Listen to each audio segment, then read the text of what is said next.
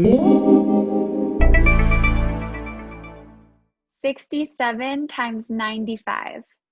6,365. Yep. Wow. Okay. I hadn't even started typing the number.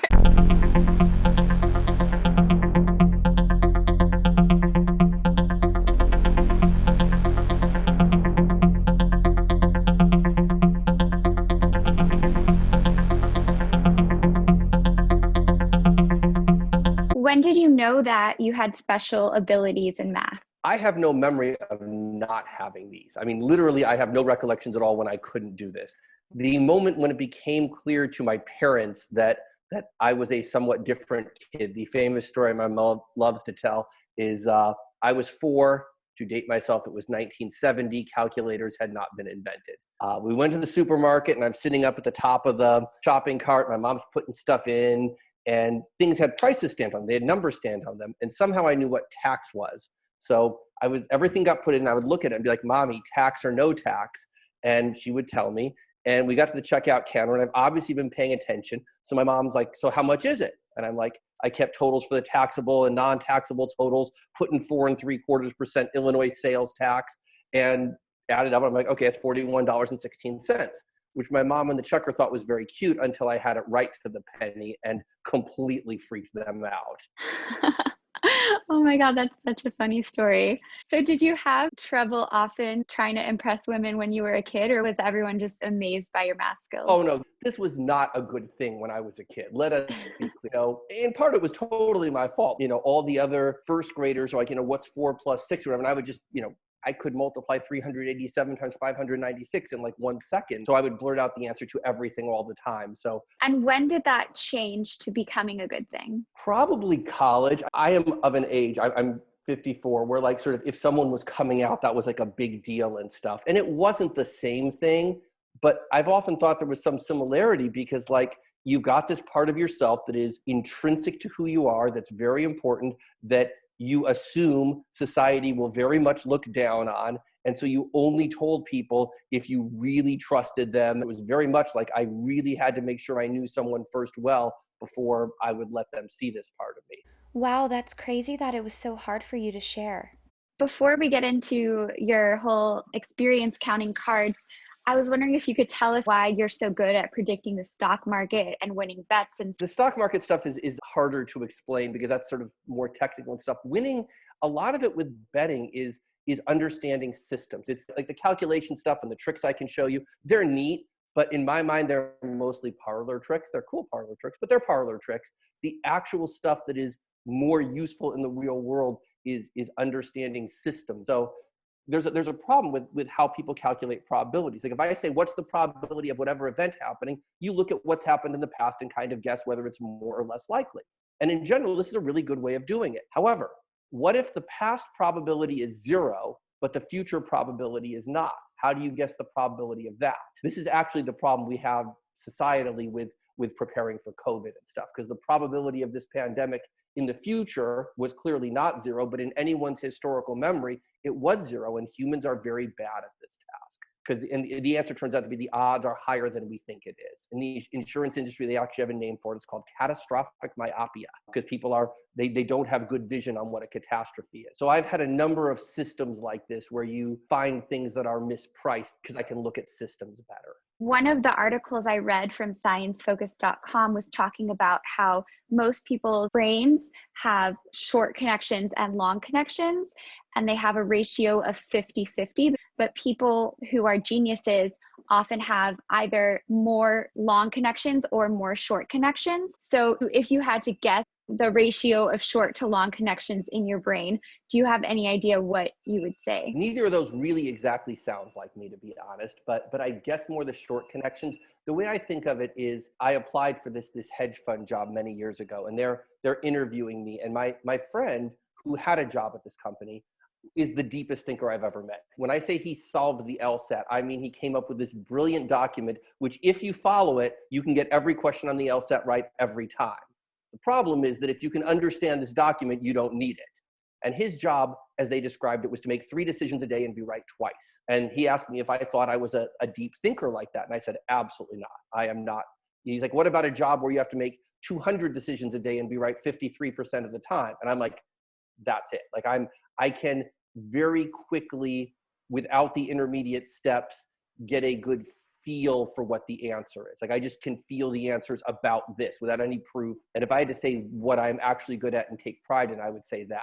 So another thing that I read is that geniuses have a higher density of mini columns in their frontal cortex, which basically allows them to keep more information in their head than typical people. Yeah, I see you nodding your head. This may be a different term. I think of it as how many registers you have, how many separate pieces of data you can keep track of at once.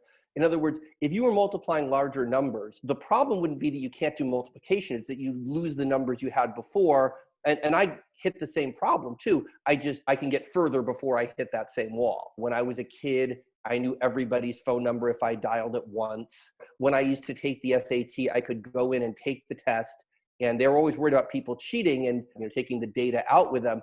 And I didn't have to. I could just memorize it. And it's not what's called eidetic, what people call a photographic memory. It's not that at all. I can just remember it. Like I can just cram all that data into short-term memory and at least for a few hours, leave it there.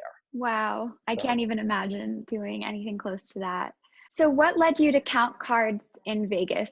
So I was maybe 23, 24 years old, and a friend got me this book on counting cards. And the book was, as a matter of how to behave, was terrible, but as a matter of the math of it, was great. And I, at this point, had no money and lots of time. So I practiced an insane amount. I mean, I just really practiced to get it so that it was what's called overlearned, meaning I could do it under all circumstances. I could count cards drunk. I could count cards with loud music playing in my ear. I could count cards if you were physically touching me or distracting me. It did not matter. I mean, I absolutely had it completely down. Eventually that led it so that I could behave in different types of ways and not get noticed as a card counter. Because when I first started, it was very apparent to everyone that I was counting cards. And I was at the beginning simply lucky I didn't get thrown out. A couple of dealers looked nicely upon me and didn't get me thrown out of the casino. And then at one point I found a book by a guy who was a card counter, who wrote the whole book, not really about counting cards, but how to get away with it, meaning how to behave in such a way that you don't get barred from the casino. And his act was to appear like a simpleton, just to appear like an idiot. And I tried doing that, and it utterly failed. People just thought I was on drugs or having some sort of psychological breakdown. It just didn't work. So I needed to find a way to behave that would not look like a card counter, but I could pull off. Because I used to play bridge a lot, and they'd have these bridge tournaments, and bridge is a much harder game than blackjack. And these guys would go down to the casinos and they'd get thrown out in 15 minutes because they look like a bunch of math people playing blackjack. And they literally would get barred in 15 or 30 minutes regularly. How do card counters usually get caught? They get caught by the eye in the sky. You're always on tape there, by people who count cards who are watching them. There's all these different systems, but there's only one mathematical reality. If more low cards are gone, that's good for the player. If more high cards are gone, that's good for the house. And so they employed people to watch. And if they saw someone basically doing what they would do, they'd know there's a card counter. I have a couple times seen that someone was counting cards at my table, like someone else was. And then you just leave because you'll be in sync too much. Like someone has to leave. So tell us about this act that you designed to escape the eyes in the sky. He's called Senor Vegas, and it's like my alternate personality. And I don't know if I can actually get into character now, but basically it's extremely loud, extremely just out there, dressed super flashy. The chest is all open with the gold chains, lots of gold on. Hit on anything that moves. Old, young, attractive, unattractive, does not matter. Hit on every woman always. Just which is so not me, but it totally would work. I mean, and super enthusiastic, super high energy. Like when I'd get winners, I'd be like pounding the table really hard. I mean, I was so super. I mean, so I would get their attention, but I get their attention as the problem person. You know what I mean? I see. I don't do this much recently. Senor Vegas has largely retired, but hold on, let me see. I think I have this. Can you see Senor Vegas there? Oh yeah, I can see. Wow. That's a Senor Vegas picture from last year. Yeah, that doesn't look like you. Totally. You mean the giant floor-length fur coat and everything? Going off of that, most people would think that if they had your gift, they would use it to make millions of dollars.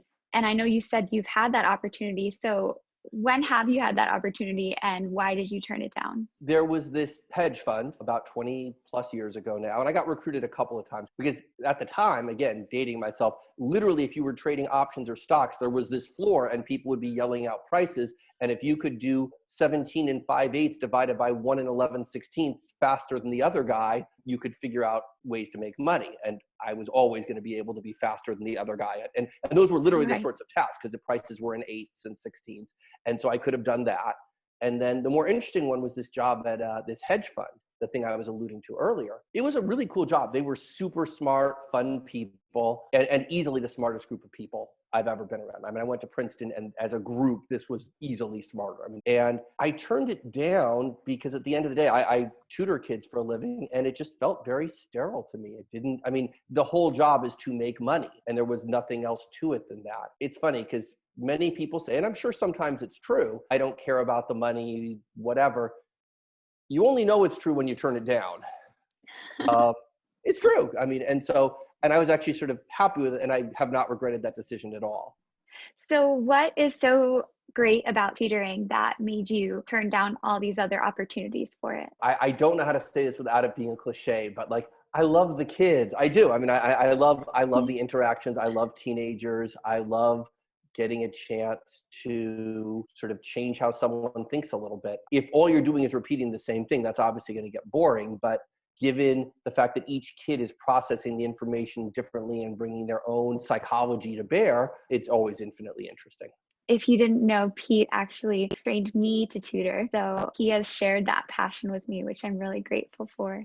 Could you possibly share one of your weaknesses to make everyone feel better? Oh, there's so many. One that will be near and dear to your heart is, my God, if I ever sang. Oh my gosh, I am incredibly absent-minded. I do not notice my physical surroundings well at all. This is actually literally true. I went blind in one eye temporarily for probably a few months before I noticed. Oh my God. I had my college girlfriend. She was so smart. I don't know how she figured this out. And we're on the phone and she's like, "What color are my eyes?" And I'm like, I had no idea.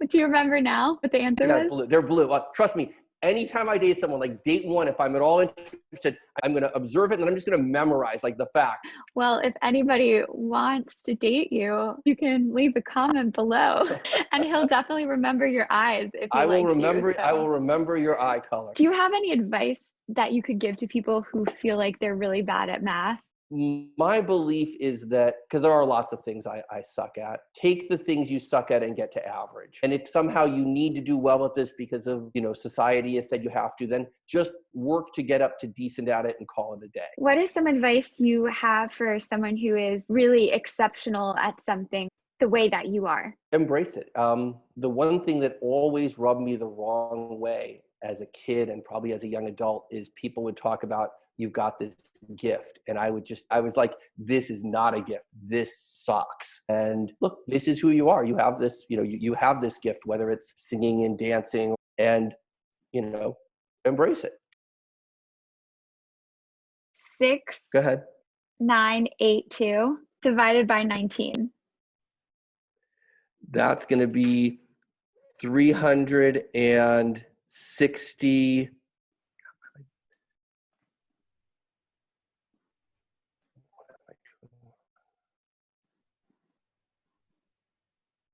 7.47368421. Oh my God, you got more than the calculator. So that was my good friend Peter Baum. If you enjoyed this video, please like and subscribe to my channel and comment below with whom you want me to interview next. Thanks for watching.